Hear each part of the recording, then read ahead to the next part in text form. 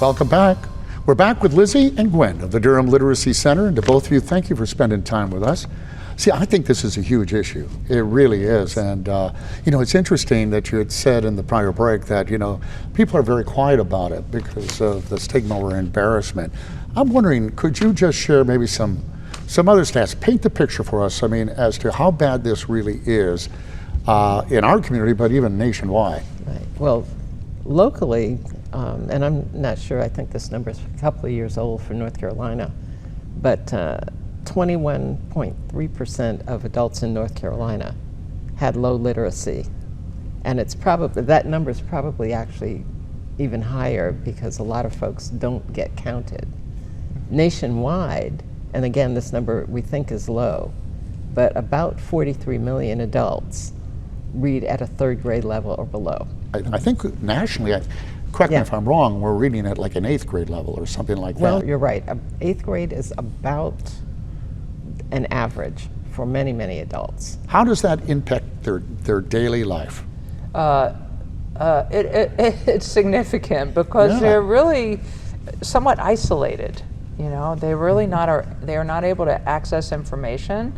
They often are fearful to access that information, or they just there's a whole world that they just feel like they're not part of it. That's not for them, and or they're dependent on someone else to give them the information, which means that they have to have levels of trust that may or may not be appropriate. So quite vulnerable to misinformation, you know, and everything, to Gwenn's point, everything is online now. So everything with your healthcare, your children's education, banking, even accessing any community resources, applying for food stamps, applying for jobs. It's just not something that they can do.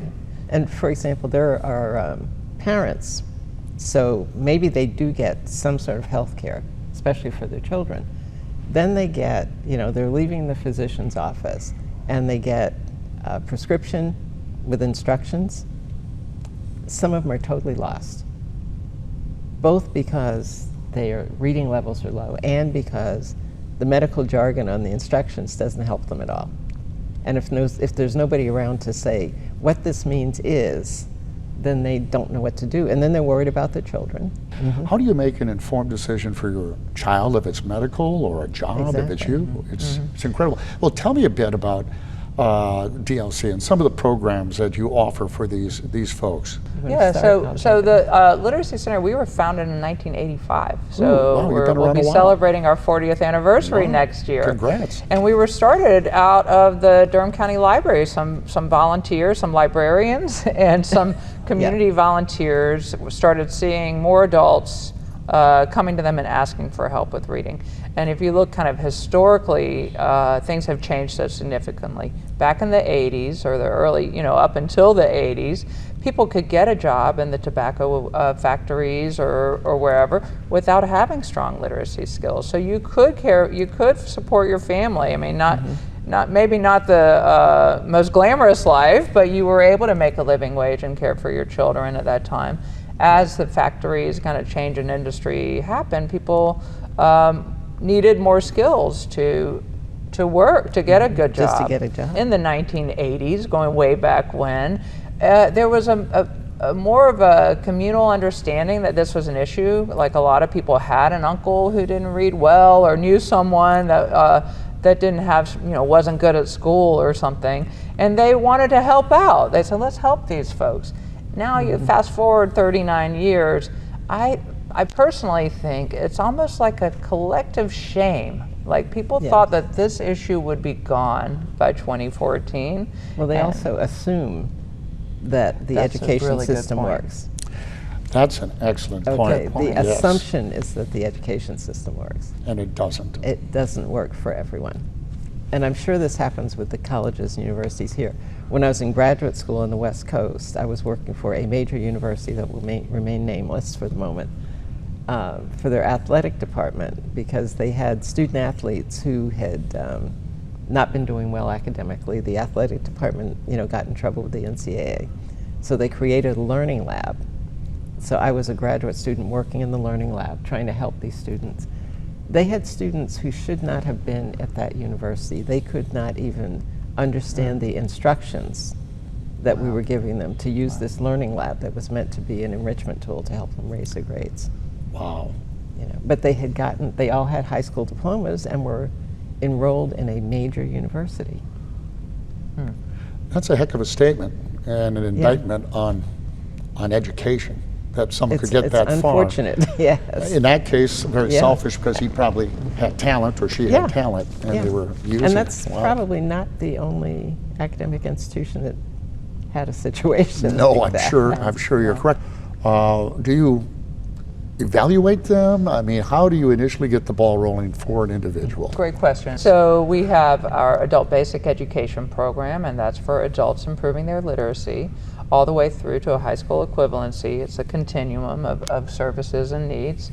We have a very large English for speakers of other languages program, and that's for non-English speakers to improve their literacy.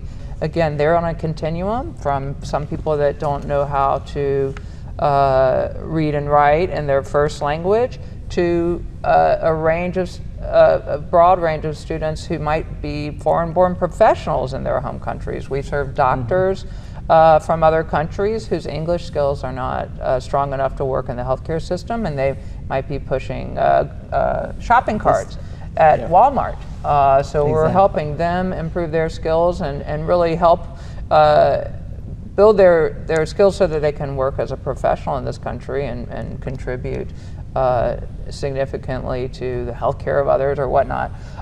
So we have, and then we have our youth GED program, or what we call the Youth Achievement Program, and that's a unique program for students who dropped out of high school, ages 16 to 24, who are working on their GED diplomas.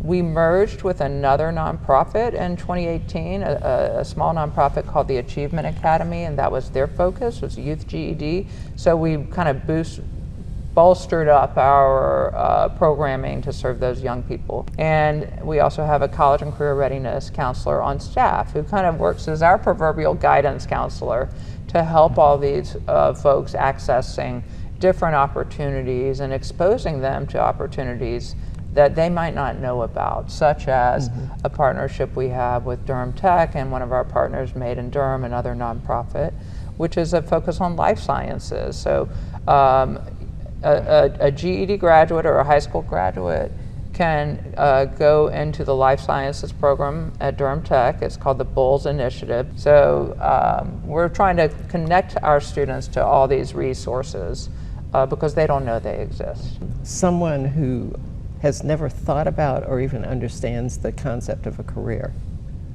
And what we're doing is exposing them and giving the opportunities to understand that there are things out there that provide them a pathway for life, you know, to do very well. But it's not, you know, it's something that's not normally part of their vocabulary. We're going to come back. We have lots more to talk about. And for those of you viewing, there's hope for you. Stick around.